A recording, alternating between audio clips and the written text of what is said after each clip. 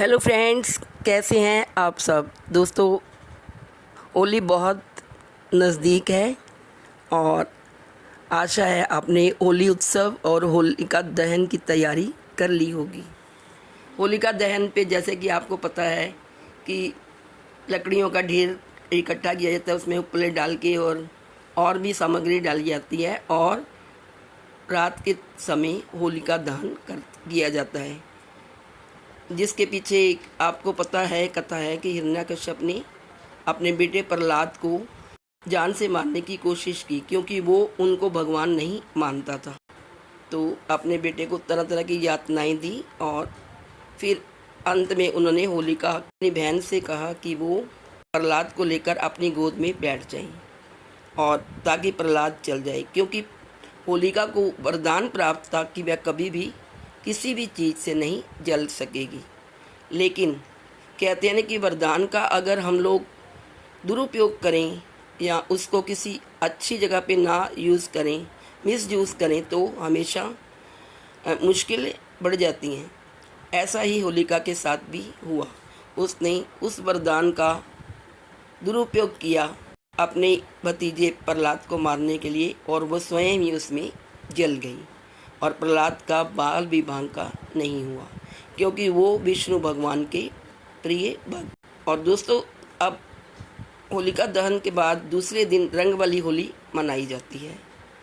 रंग वाली होली ब्रज में, मथुरा में और उत्तर भारत में, दक्षिण भारत में सब जगह ये होली अपने अपने तरीके से मनाई जाती है।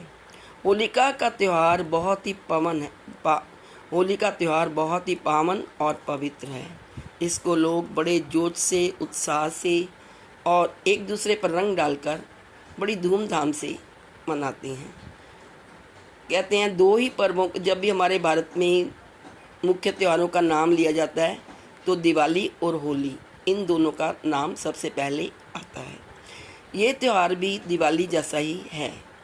ब्रज में, मथुरा में, गोकुल में, वहाँ तो 10-10, 15-15 दिन पहले ही होली की तैयारियाँ शुरू हो जाती हैं और एक हफ्ता पहले से ही होली मनाना शुरू हो जाते हैं। दोस्तों, होली के पर्व में हम लोग गुजिया खाते हैं, एक दूसरे को रंग डालते हैं, गले मिलते हैं और हैप्पी होली कहते हैं। एक दूसरे के घर जाते हैं पड़ोसियों के और ढोलक बजा बजा कर जाते हैं एक दूसरे के घर में और नाचते गाते होली का ये बहुत ही पावन त्यौहार मनाते हैं। और इसमें भांग पीने की भी थोड़ी सी परंपरा है। होली पर भांग क्यों पीते हैं, इसके पीछे भी एक प्रसंग है जो मैं आपको नेक्स्ट वीडियो में बताऊंगी। आज मैं बताने जा रही हूँ आपको कि राधा कृष्ण की होली की परंपरा कहाँ से शुरू हुई। हिरण्यकश्यप की कहानी तो आपको पता ही है कि जब नरसिंह के रूप में आए भगवान विष्णु और हिरण्यकश्यप का वध कर दिया, तो होलिका दहन तो उसी दिन होता है, लेकिन दूसरे दिन रंग वाली होली खेली जाती है। तो आइए जानते हैं होली मनाने की परंपरा कहाँ से शुरू हुई। इसके पीछे भी बहुत सारी कथाएं हैं। हिंदू धर्म के हर पर्व के पीछे कोई ना कोई कहानी जरूर होती हैं। आइए आज जानते हैं कि होली और छोटी होली से जुड़ी प्राचीन कथाएं क्या हैं, प्राचीन कहानियाँ क्या हैं। आइए पहले जानते हैं होलिका की कहानी। प्राचीन परंपरा के अनुसार फागुन पूर्णिमा के दिन पहले महिलाएं परिवार की सुख समृद्धि के लिए चंद्रमा की पूजा किया करती थी और दिन में नवरात्रि यज्ञ किया जाता था। इस यज्ञ में आधे पके हुए अन्न का हवन किया जाता था। इस अन्न को होला कहते थे।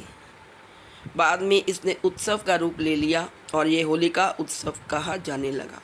कालांतर में होलिका उत्सव छोटी होली के रूप में जाना जाने लगा और होलिका दहन के अगले दिन रंग का उत्सव यानी कि होली पर मनाया जाने लगा।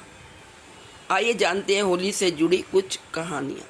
हिरण्यकश्यप और प्रहलाद की कहानी। होली पर्व में से कई कहानियाँ जुड़ी हुई हैं।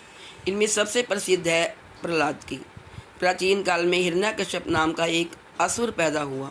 उसे अपने बल का अहंकार था। वह चाहता था कि प्रजा उसकी पूजा करे, ना कि विष्णु भगवान की। वह अपने आप को भगवान मानने लगा था, इसलिए उसने अपनी प्रजा में ईश्वर का नाम लेने पर रोक लगा दी और जो भी ईश्वर का नाम, प्रभु का नाम लेता था वो उसको बहुत ही कड़ा दंड देता था। लेकिन उसका पुत्र प्रहलाद वो विष्णु भगवान जी का महान भक्त था। प्रहलाद की ईश्वर भक्ति से हिरण्यकश्यप बहुत ही क्रोधित था। उसने प्रहलाद को बहुत समझाने की कोशिश की, लेकिन प्रहलाद ने अपना मार्ग नहीं छोड़ा। इस पर प्रहलाद को सबक सिखाने के लिए हिरण्यकश्यप ने उसे बहुत सारे दंड दिए। सबसे पहले उसे सागर में फेंकवाया, लेकिन वहाँ से भी वो बच गया। हाथी से कुचलवाने की कोशिश की, पर भगवान के आशीर्वाद से प्रहलाद बच गए। आखिर में हिरण्यकश्यप ने अपनी बहन होलिका, जिसे आग में न जलने का वरदान प्राप्त था, उसे प्रहलाद को गोद में लेकर आग में बैठने का आदेश दिया, लेकिन वरदान बेअसर हो गया। होलिका जल गई और प्रहलाद बच गए। बाद में जब हिरण्यकश्यप ने प्रहलाद को खंबे में बांधकर मारने की कोशिश की, तो भगवान विष्णु ने नरसिंह अवतार लेकर उसका अंत किया। इसके बाद से फागुन पूर्णिमा पर प्रहलाद की याद में होलिका दहन किया जाने लगा, यानी छोटी होली मनाई जाने लगी। आइए अब जानते हैं कि होली मनाने की रंग वाली होली मनाने की परंपरा और राधा कृष्ण की कहानी। होलिका दहन के अगले दिन रंगों वाली होली सेलिब्रेट की जाती है। इस दिन सभी लोग कटुता भुलाकर लोग एक दूसरे को रंग गुलाल लगाते हैं और बधाई देते हैं। लेकिन यह परंपरा त्रेता युग और द्वापर युग से शुरू हुई।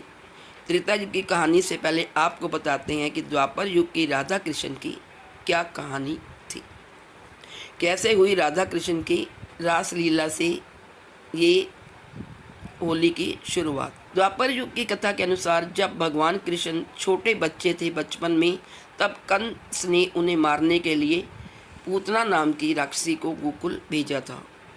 फागुन पूर्णिमा के अगले दिन पूतना ने अपने स्तनों पर विष लगाकर कृष्ण जी को स्तनपान करवाया, लेकिन दूध पीते पीते कान्हा ने उसका वध कर दिया। लेकिन इससे सांवले कान्हा का रंग और सांवला हो गया, क्योंकि उन्होंने विषैला दूध पिया था।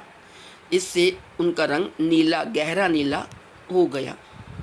इसके बाद कान्हा जब बड़े हुए तो उन्हें अपने रंग के सांवले होने का बहुत, कान्हा ने इसका दुख अपनी मैया यशोदा से कहा।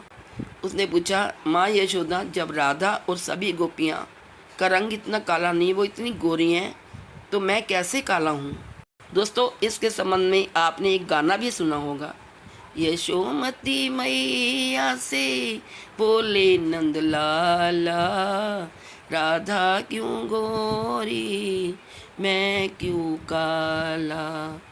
तब यशोदा मैया ने उन्हें यूं ही कह दिया कि तुम्हें राधा के गोरे रंग से समस्या है, तो तू उस पर कोई भी रंग डाल दे, कोई भी रंग में उसको रंग दे।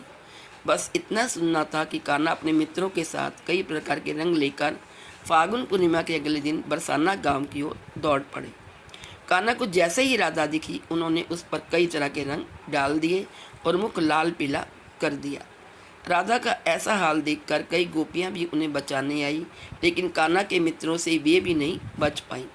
कान्हा और उनके मित्रों ने राधा और गोपियों पर तरह तरह के रंग डाल दिए, तो बदले में गोपियों ने उन पर माखन, पानी आदि इत्यादि से भरी हुई मटकियाँ फोड़ दी। इसके बाद से ही इस दिन रंग वाली होली खेली जाने लगी। आइए अब जानते हैं नंदगांव और बरसाने की होली कैसे शुरू हुई। जब श्री कृष्ण नंदगांव छोड़कर मथुरा चले गए, उसके बाद भी श्री कृष्ण की याद में होली उसी तरह मनाई जाती रही। हर वर्ष होली वाले दिन नंदगांव के पुरुष बरसाना गांव में गोपियों संग होली खेलने जाते और वहां की गोपियां उन पर लठ बरसाती। तब से बरसाने की लठ मार होली भी बहुत प्रसिद्ध हो गई। आइए जानते हैं हम नंदगांव और बरसाने की लठ मार होली की शुरुआत कैसे हुई। कान्हा और राधा को होली के रंगों में चूर जब बाकी ब्रजवासियों ने देखा तो उन्हें भी बहुत आनंद आया। तो दोस्तों, ऐसे परंपरा शुरू हुई होली पर्व मनाने की।